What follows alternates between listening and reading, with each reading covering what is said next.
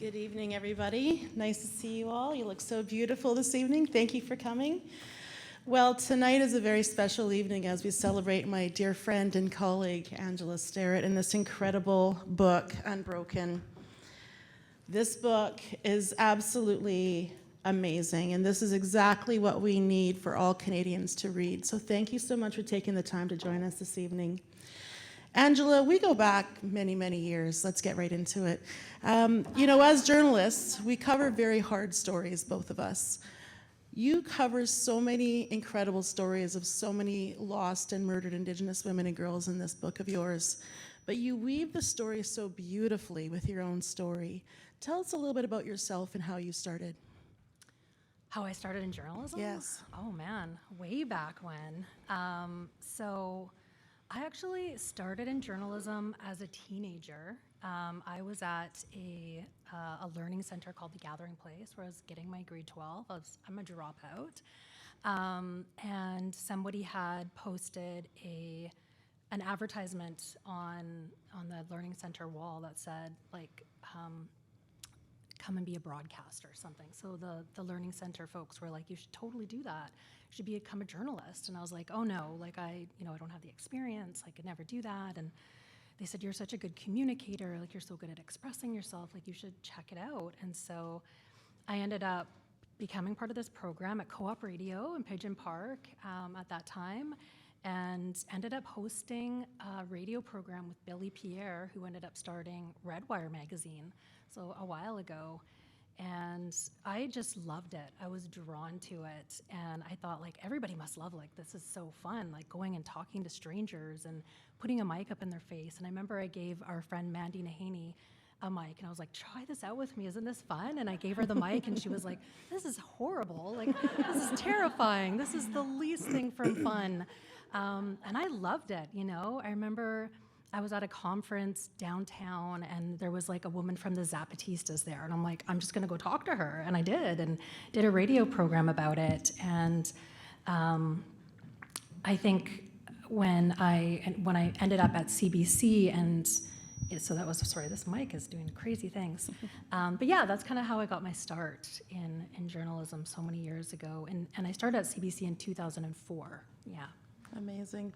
Angela, I know personally how difficult it is to cover these stories of our murdered and missing Indigenous women. It certainly takes a personal toll on you. Anyway, it does for myself, and I am sure it has for you as well.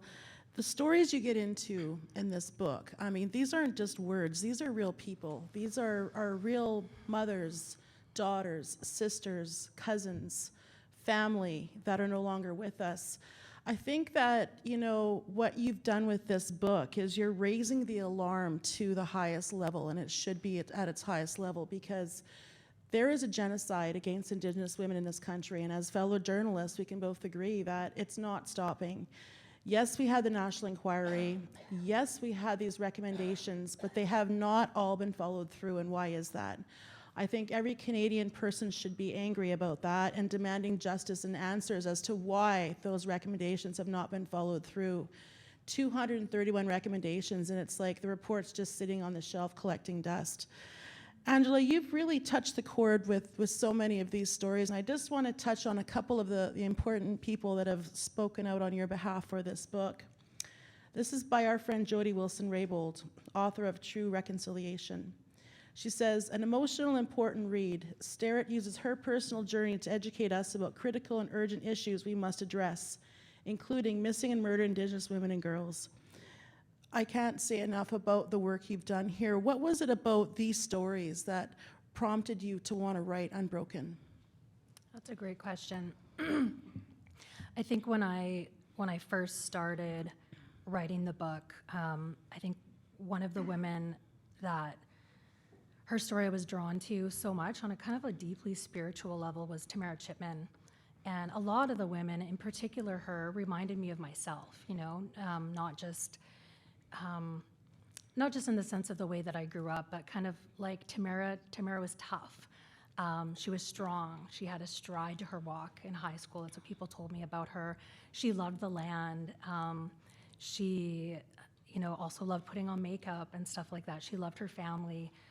She was a mom of a little boy, Jaden, and I just kept on thinking, like, this story isn't being told with the complexity that it deserves. You know, oftentimes I think people will ask me, journalists and members of the public will ask me, like how is it that, you know, missing and murdered Indigenous women, that crisis is connected to residential school, or how is it connected to land dispossession in Canada? And I mean, for us, it's like overt, right? It was part of the colonial empire building project in Canada to dispossess us of our lands, to devalue women, right? That was one of the first things that the colonials noticed, is these women have a lot of power in their community. Where I'm from, they were the ones who identified the rivers, the forests, the salmon, where the salmon are, and the colonials said, okay, we need to deroot these women from their roles immediately, and in their place put captains or chiefs.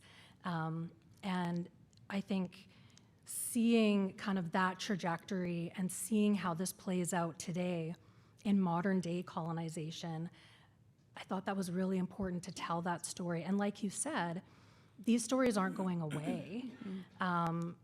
Colonization isn't a thing of the past. This is something that is happening to us today, right? Whether it's the fact that we're answering to a king, whether it's the fact that there's an overrepresentation of Indigenous children in the child welfare system, whether it's the magnitude of Indigenous women who continue to be missing and murdered without notice, without care. I think that is telling of where we're at today, which is a society of the colonized and the colonizer. And I wanted to draw attention to that. I wanted to let people know this isn't something of the past. This is something that's going on today. You know, it's very interesting you bring up Tamara Chipman, because, you know, we've got to pay tribute to Gladys Raddick. If many of you have ever heard of Gladys Raddick, she's the aunt of Tamara Chipman, and what an amazing warrior woman she is. Herself, as well as Bernie Williams, co-founded the Highway of Tears Justice. And they've literally walked across this country numerous times, demanding answers, demanding justice. Actually, Gladys drives around with a van full of missing and murdered women's pictures on it every single day. So she's completely devoted to telling the stories about, you know, all of these women that are missing. When you talk about a broken system, Angela, let's get into how the media has portrayed these stories. In your opinion, it hasn't been done well enough, and what can be done better? Yeah, just today, just a couple hours ago, a family member reached out to me and said, I'm shocked at this headline. And it was no criminal wrongdoing found in a woman's 15-year-old girl's murder. She was found on a trail, underneath cardboard, underneath pallets, underneath garbage. And the police said, we found no criminal wrongdoing. And the media ran with that. And I get it. You know, we have deadlines. We're told, like, we got to get this out right now. We want to be the first. There's a 24-hour news cycle. You know, and I don't know this reporter at all, so I don't know what was in their head or what kind of decisions that were made around that. But to rely just on the police's account when the family member wants to speak out, this is something I see over and over and over again throughout my entire career, and to today, obviously, literally today. In 2023, we're seeing the media rely heavily on not the family members. Keep in mind, the family member knows the trajectory of their loved one. They know the history of their loved one. They know what their loved one was doing that day. You know, in many cases, I'm thinking of Bernadette Smith, you know, her family members were the last ones to speak to her, and the police didn't investigate that. They knew that she was at a payphone at this hotel. And so when we see the media relying on single source information, such as the police, who haven't been the best when it comes to investigating the cases of missing and murdered Indigenous women, like we were just talking about Tatiana Harrison's mother, who is appalled at the lack of investigation by police. And so oftentimes, you know, I call the media an instrument of colonization. We're an arm of colonization, right? I remember watching a film that was done in the 60s that CBC did that was basically a promotion for residential school and talking about how wonderful it was. I literally forced myself to watch that, and I went and vomited in the bathroom because I was just in shock that this is an industry that I'm a part of. This is an industry that I support. This is an industry that in some ways has been okay with me. But to see that, it made my stomach turn, and starting to see patterns of how is the media complicit in promoting the 60 scoop, in promoting removing Indigenous children from their homes. I had a host one time say, shouldn't those children have been taken from those homes in the 60s scoop, right after I spent 8 minutes explaining how abused the children were in those white homes in the States when they were removed from their homes from this country. And so I think there's a lot of misunderstanding, but I also feel as an Indigenous woman, when I'm stepping into a room where it's 12 white people, and Jody Wilson-Raybould told me this when I interviewed her as well. She's like, people are very uncomfortable. And I'm like, yeah, I feel that. I feel fear, I feel discomfort, and sometimes I feel almost hatred, but a deep sense of not belonging, right? And so I was speaking to a number of reporters today about this, that it's the cultures, right? So it's the cultures in the police, it's the cultures in newsrooms. So you can have a couple of great leaders, you can have training, that was a big thing in 2014. Training is gonna change everything. And then when you're watching a video and scrolling through it or doing other things while you're watching it or zoning out, there needs to be consequences, right? There needs to be consequences for when people are racist, for when people are exhibiting very colonial white supremacist behaviors, for when people are doing a deep, when they're showing a huge disservice, but also being very harmful to Indigenous family members, which we've seen over and over and over again, right? The family member that reached out to me about that story today, which was from the Cowichan territory, she was like, the family is absolutely mortified and hurt, deeply hurt that their loved one is being presented in this way. And it's 2023, there was nothing about who the girl was. She was from Alert Bay, she was Kwakwakiwak, how old, she was 15, we know that, but that's all we knew was dead 15-year-old. Nothing about who she was. She was loved. She had a nation behind her. She was a person. And I think those are patterns that we unfortunately see so much today. You talk about Tatiana Harrison, and we both know her mother, Natasha. I've interviewed her myself numerous times. Now, here's a young mother that had her daughter when she was quite young, so as she told me, they kind of grew up together. When the police did not look for her daughter, she did it herself. She was walking these streets on the downtown east side by herself, putting herself in danger. Others joined her, like our friend Lorelei Williams from Butterflies and Spirit, the Crazy Indian Brotherhood. They walked with the women to protect them, but she literally went into some of the darkest places in our society trying to get answers for her daughter because the police were not looking. They took, I think, 20 days to actually really start searching for Tatiana. They argued with the mother and said, oh, her last address was in Surrey, so we're sending it out to Surrey. And her mom was like, no, she's in Vancouver. So it was a real sort of a jurisdictional issue that delayed the time that it took for them to actually start searching for her. When Tatiana was found, the Richmond police put out a sketch and said this unidentified woman's remains have been found in this dry docked yacht in Richmond. It looked nothing like Tatiana, nothing at all. And it turned out to be Tatiana. She was only 20 years old. She had the world by the tail. She could have literally been anything she wanted to be, and now she unfortunately joins the many list of victims and murder victims that you feature in this book here. I mean, these stories are tough, Ange. I know that you also grew up quite quickly when you're younger, as well as I did, and I really feel that it shows in your reporting. Your heart comes out, your special street sense, shall we say, comes out. Do you mind talking a little bit about that and telling us a little bit about that part of yourself? Yeah. I mean, I always tell people, I think my background gives me a deep sense of compassion, but also an expertise, right? I did grow up on the street. I was on the street when I was, I think, 14.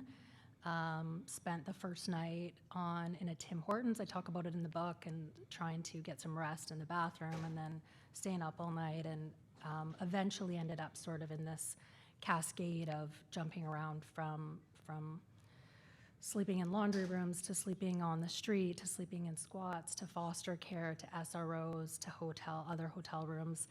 And yeah, I think one of the things that struck me, or that I guess shakes me a lot about looking at a lot of these women's stories, is often like, she could have been me, that could have been me.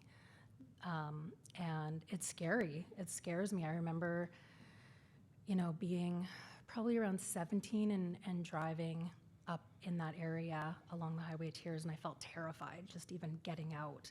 But I think it was because I was so close. Like, I spent a huge part of my life hitchhiking around North America, and I talk about it in the book, instances where, I barely came out alive, and it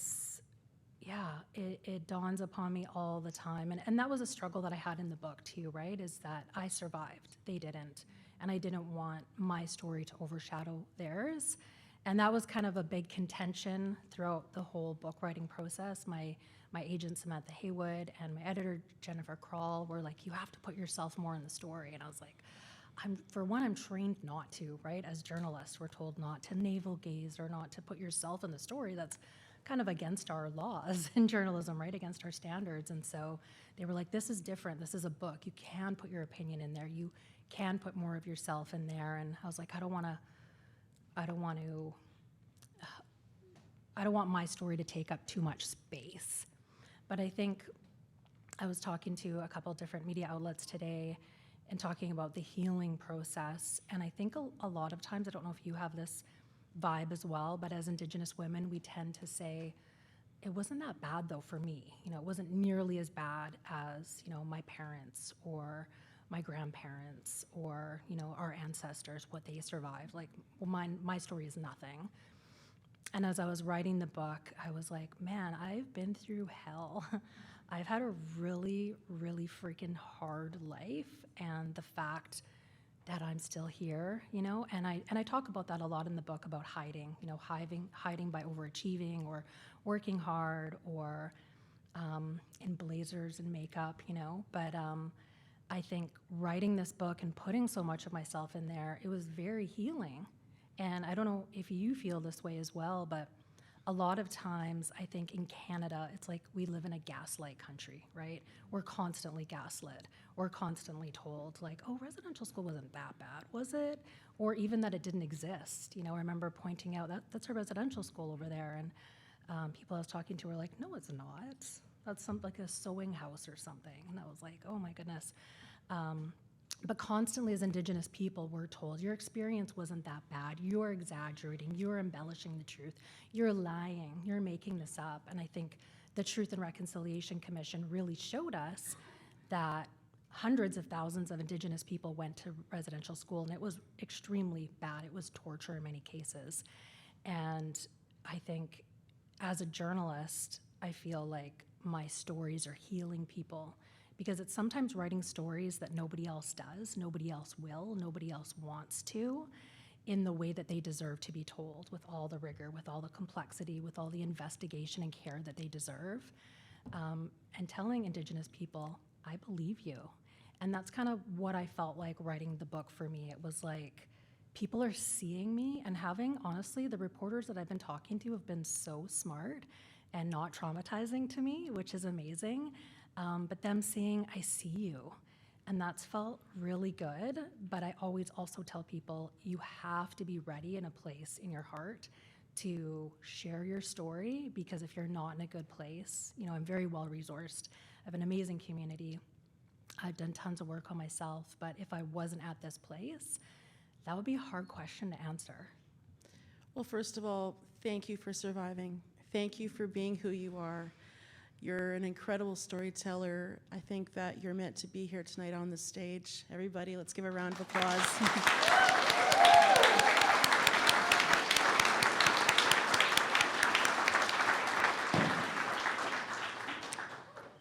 My fight for survival, those first lines, and that certainly, rings true to what you say about your story.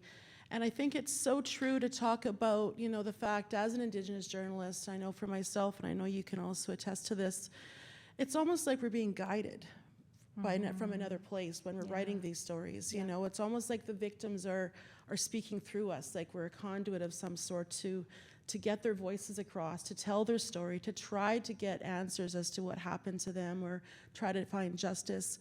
I mean, there's so many things that we can discuss tonight. I mean, we could be here all night talking about many of the issues, but I want to talk particularly about some more of these stories in here. What other stories in here that you wrote about really affected you personally?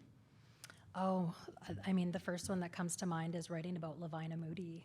And that's a really interesting story that I was just talking again about today, because the media and the public calls her Gloria Moody.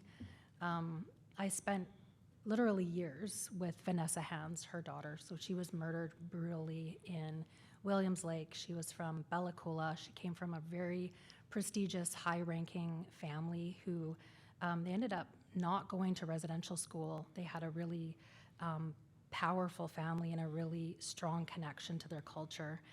And they were shopping. So they went out for the weekend, out of Bella Coola. You know how it is, going into town, getting stuff that's not in your community. And she was brutally murdered in one of the most horrific ways. And that case is still unsolved. And that was very eerie and very chilling for people that read the story. They might get hints about what and who is responsible for her murder. She continues to be taunted to this day by someone who claims to be a journalist or Phil the trucker or someone trying to help her, but she believes it's potentially the person who killed her mother. And it's reminiscent of Helen Betty Osborne in a lot of ways, in that the entire city, from what I'm told, knew who the killers were, knew what happened to her, knew who was responsible, right down to the police. And I talked to former RCMP officers about this. And that took a lot of investigation, a lot of incredible twists and turns. But again, back to the police and the media being responsible for not getting things right, down to her name. They didn't call her Gloria, they called her Lavina Moody. That was her name. And it's a little thing, but it's also other things about her story. Like, I wondered why, and I asked her this, I was like, there's nothing online about who your mom was. Like, I just want to know who she is. Like, what did she eat? What kind of a mom was she? And she said when she died, the family was so devastated. And she was like, we were little kids. We called our grandparents mom and dad. They raised us. And no one wanted to talk about it because it was so devastating, and it was never closed. It's considered closed by the RCMP, but they haven't caught anybody because apparently all the people who committed the murder are now deceased. But that doesn't mean she can't get closure. So that case is haunting in so many different ways. And and a lot of the women and family members that I spoke to, we just became really close, and same with the Chipmans. Like, they received a letter while I was writing the book saying a new suspect has come forward. So a lot of these cases are very unsolved and very haunting and very concerning. And I like what you said about the women guiding you. I remember being on the Highway of Tears and driving, and I was actually being honored by Arnie Nagy, who's in the book as well. He's best friends with Tom Chipman. They went to high school together.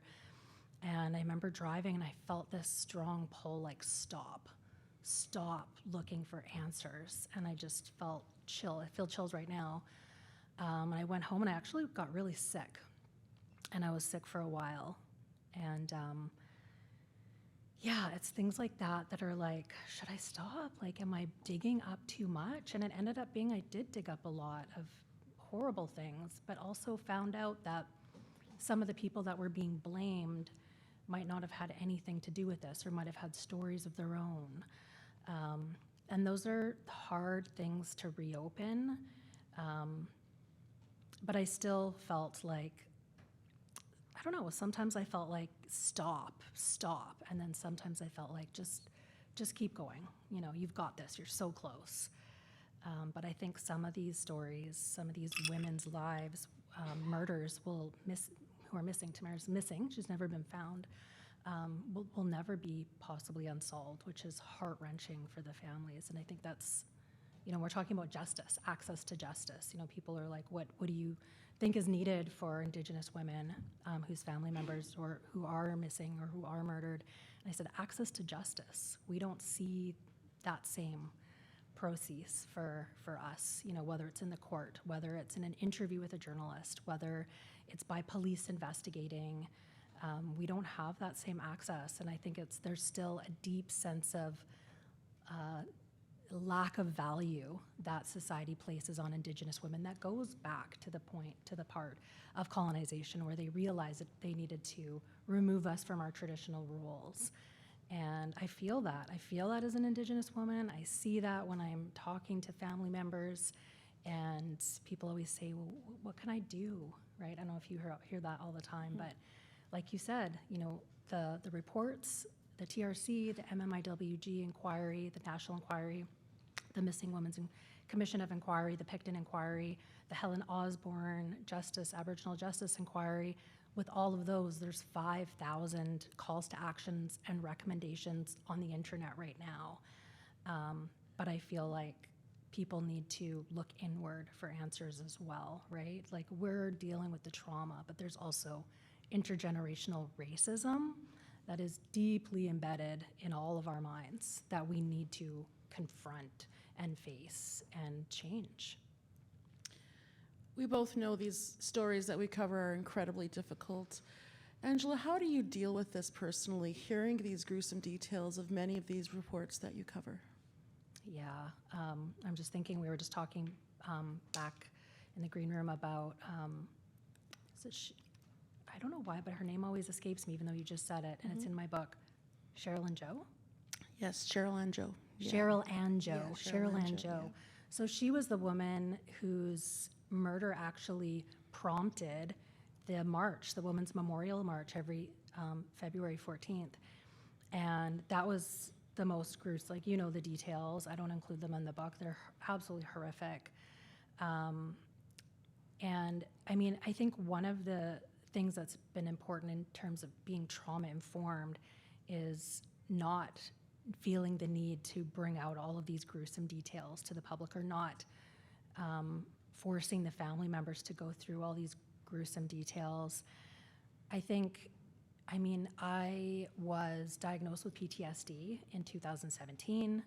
I didn't know anything about healing modalities. I knew about walking in the forest. I knew about drinking water, getting exercise, but I didn't know about meditation. I thought that was all like new age white people stuff, right? And until I think I really started to say, wait a second, this is what our people have done. You know, when we're praying, we're like manifesting, we're meditating, we're listening, we're in receiving mode, we're in the vortex, whatever. But I said, this is all Indigenous stuff. This is what we've done. This is what our ancestors have done for generations. And I'm deeply spiritual. As people learn in the book, most of my family has passed on. My mom, my dad, a lot of my aunties passed away during the pandemic, and my grandparents on both sides. And so I've always been deeply spiritual. It's always been so important for me to connect to my ancestors. And I think one of the biggest things from last year, was just trusting that these healing modalities are going to be incredibly important. So sometimes I meditate for like an hour, 2 hours a day. The news wrecks your nervous system, right? Even if you're telling a fine story, it's like 3, 2, 1, go, and you're like talking to a million people, right? No matter what the story is, it's gonna rock your nervous system. And if you don't have a healthy, healing set of modalities to lean on, as well as, you know, I have an incredible community, incredible. I am so well resourced. And counseling, of course, right? But I think those healing modalities, that connection to ancestors is just, it's everything. Well, we thank you for all your work that you're doing, and you make us so proud. You know, I've been watching you for so many years now as your career has just risen and grown, and here we are tonight with your book, Unbroken. Everybody, this is such a monumental moment for Angela. Angela, congratulations. I'm so proud of you. So proud of you. I really am.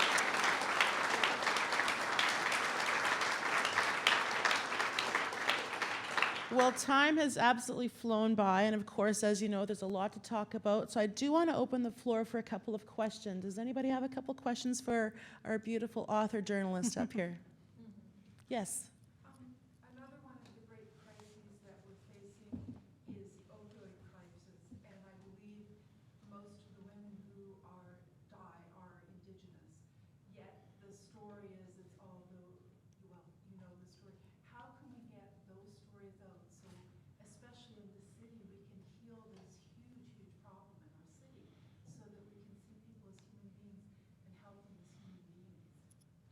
And I'll just reiterate on the mic so you all can hear. She's asking about the opioid crisis and Indigenous women being the victim many times in that crisis. Angela, in your opinion, what can be done to help save Indigenous women in particular from this epidemic that we've seen since 2015? Yeah, so actually, out of all the, I think it's 11,500 or something, people that have overdosed in British Columbia, 77% have been men. And when you look at the statistics among Indigenous people, it's also very overrepresented by Indigenous men. And I found it really shocking, actually. I guess this is taking a different turn, but it might be the focus of my next book. Not the opioid crisis, but I asked Guy Felicella, I don't know if you are aware of him, he's non-Indigenous, but I said, what is happening? Like, this is a gross overrepresentation of men in the opioid crisis. What's going on? As a man and as an advocate. And he said, I think it has a lot to do with men not being told that we can't express ourselves. And that was kind of gutting for me. I was like, what? It brings me back, though, to colonization, right? What were we taught in residential school? What are we being taught by colonization, right? It's not to express yourself. And so I think there's a lot to be said about that, and I don't have all of the answers, but I think that's interesting that a man said that to me, that is at the foundation. I actually talked to Rex Smallboy about this too, an Indigenous man, and he said a very similar thing. He said, as Indigenous men, we're told we can't grieve. You know, we have so much to contend with, like on many different levels, but emotionally too, right? There's a lot to grieve. There's a lot to be sad about. There's a lot to be angry and frustrated about. There's a lot to be happy and joyful about too. And I hope this conversation can go that direction as well, because that's a huge part of my book, is about the joy and the love and the care and the beauty in my territory. But I definitely think, yeah, that's something that men have shared with me. Absolutely. I mean, the crisis is alive and real. I mean, we were seeing 6 people a day passing away in this province. Now we're looking at 7 people a day, and that is just not acceptable. You know, I also cover the story consistently, and it just breaks my heart because, in fact, I've lost personal friends of mine to this crisis. So I don't really know what the answers are either. I mean, there's a lot of things we can discuss: safe supply, harm reduction. These are all being done, but yet we're still continually losing lives. So that's a very good, valid question. Thank you for asking that. Anybody else have any questions? Yes. I'll stand up since you can't see me from where I'm sitting. I had a few questions, but I decided to be completely selfish. Can we, or when can we, expect to hear you back regularly somewhere on the CBC? I know you've been listening to you on the early edition, so you know, that's where my question comes from. Thank you. Yeah, I actually don't work for the early edition anymore. I work primarily in TV news, But I don't know. We'll see. Like if I get fired after this book tour, taking bets for which interview will get me. I'm just kidding. Well, we're hiring at APTN, just so you know. Yeah, you never know. You never know. Yeah. Another question out there? Yes. Try to frame this properly. So I'm Alex, and I work with a couple of Indigenous organizations that are dedicated to revitalizing Indigenous languages, arts, and culture. And a lot of the time we hear that the framing of the problem is residential school colonization and the interruption of the transmission of culture that dates back to generations having been in residential school, which is totally true and valid. But one of the things that kind of dawned on me recently in talking to my colleagues was there doesn't seem to be the connection being made between missing and murdered Indigenous women and girls, and that being a continuation of the problem of the interruption of the transmission. So as women go missing, or worse, this is actually still like a continuation of this perpetual problem of the eradication of the loss of knowledge keepers. So I'm just curious if that at all came up. I'm sure it did, but because in the work that I've been doing, the focus has often been on like, oh, that was a long time ago problem. Mm-hmm. Schools are over, so now there's this sort of revitalization and flourishing and like a renaissance and all this stuff. But this piece isn't really coming into that discussion too much. I wondered if you had any comment on that. Yeah, that's like what my book is about. Yeah. And I thought that was really important too. I remember I had some colleagues who were like, oh my God, I had no idea that land dispossession was connected to residential school. That's so nuanced. And for us, it's just normal, right? Like it's a normal conversation that we have all the time. Like again, it goes back to the colonial building empire, right? Where it was dispossess them of their land, remove Indigenous people from the land to small, tiny tracts of land that were unfertile, outlaw hunting and fishing, and take the children. And you know, we often don't talk a lot about the moms and the dads who were on reserve, like without their children, and that type of suffering. And we don't talk about how big, like it was a plan, right? Like this was all a project and a plan that was deeply legislated and still is. Like I still have an Indian status card. I'm Indian according to the Canadian government, right? I'm not Canadian. And so we still have those designations. We're one of the only countries in the world that has race-based legislation. And I think the tragedy, the crises of missing and murdered Indigenous women is strongly connected to residential school. And that was something that I thought was so brilliant and important and imperative about the National Inquiry was listening to, I think I was listening to a woman named Blue, and she was talking about how she was apprehended as a child and how it was connected to her mom attending residential school, and just how poignant that is, right? She ended up like running away from her foster home and totally disconnected from her community. And I remember a cameraman, one of my cameramen came up to me and said, "Ange, I had no idea." I was like, "What are you talking about? You come to me with on all these shoots. Like you've seen me talk about this for like 5 years." And he's like, "But not in this way, not in this way." And I just think it's, you know, I hope that people will read this book and hopefully be taken on a journey where they will come to an understanding about how connected this is and how planned this is and how it's not stopping, right? We think of, like you said, colonization of the past. 79% of land in Canada is owned by the provincial or the federal crowns, and the federal government and provincial governments are continuing to go to court to fight Indigenous people over their land. So this is still ongoing. This isn't something that just happened and now we're all like getting our land back and living in our traditional territories. No, that is not the case. And so I hope that this book sheds light on those connections because I think they're super important. And I'm so glad that I'm having conversations with non-Indigenous people that go deeper like that because I don't know about you, but I just get tired of being like, okay, like what's a reserve? Like what's a chief? Like, do we capitalize that? And it's like,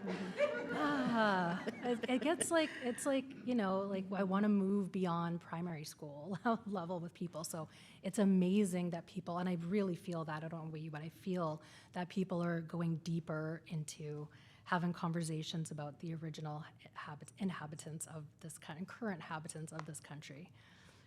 And just so we also address the fact that residential schools, the last one closed down in 1996. You know, we had 150,000 children forced from their homes by RCMP, mostly in cattle trucks, taken to these places that were not schools. They're called houses of horror, in my opinion. You know, I've covered this story extensively. I know you have as well. And many people, if they say that's in the past, well, listen, the children are speaking. Look at all the unmarked graves that are appearing across this country right now.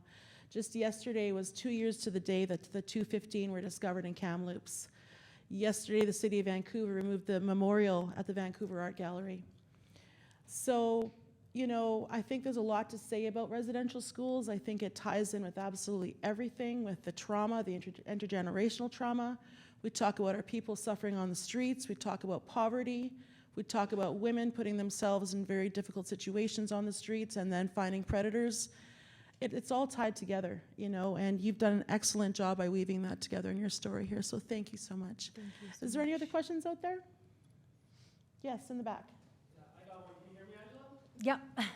Yeah, so, you know, social media brings lots of benefits to telling some of the stories in your book, but unfortunately, you know, there's some challenges that come with that because there's a lot of, like, bigots and creeps and weirdos online, right? Like, how do we, as, like, the 150 of us here, how do we counteract that?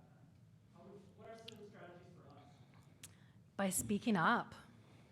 By speaking up when you see racism.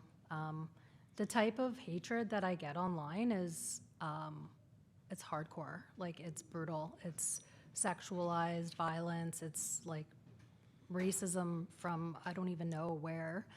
Emails and tweets, and I won't repeat any of those things, but speaking up. You know, I was recently in a room with probably 80% white people, and I asked, what are you going to do to make this a safe place for Indigenous, Black, and people of color? And I was the only one to speak out, and nothing was done. There was no efforts made on behalf of the person that I asked to keep it safe, and no one spoke up, you know. And that's what I wish, you know. I wish people would say, hey, that's not cool. And when people do, it makes a huge difference. Like, it sounds like just a little thing. I used to call it settler collecting. Can someone settler collect this person? But it makes a huge difference. Even someone saying, whoa, that's not cool. Because the pileup is real, right? Like, whether it's good or bad, like when people start becoming racist trolls, people start piling up because they start sharing it with Jonathan Kay, and then all of a sudden he's got all his followers jumping on board, you know. So, but the other side is real too. When people step in and say this isn't right, it makes a huge difference. In my experience, it makes a massive difference because people know that that's not acceptable. You know, we're denormalizing racism, we're denormalizing violence, we're denormalizing assault and harassment, and we need to do that, you know, online a lot more. And that's been a huge part of being so mouthy on social media for me, is denormalizing things that I don't get to see in, you know, a story meeting of 12 white people who are saying, this is the top story of today, and me saying, what about clean drinking water on reserves? And them saying, nah, that's not important to my community. And then going online, tweeting it, and it's like, whoa, 50,000 people think this is important, so maybe this is a story. So I think supporting and lifting up is just so important, and speaking out, saying, hey, bud, that's not cool, you know. I think that's been really helpful in my experience on Twitter. Twitter's particularly harmful, in my opinion. I think there's actually closer to 200 in this room, just so you know. And all 200 of you actually have a huge opportunity to really change the future. You know, start writing those letters to your MLAs, your MPs. Start questioning, why is this book being written about so many victims, and what the hell is going on in this country? You have every right as a Canadian to voice your opinion. You're all voters. Let's make some positive change. Let's change the landscape. Let's change the systemic racism that currently exists. And Angela, we just can't thank you enough, and we're so incredibly proud of you. So congratulations on Unbroken. so much. Thank you.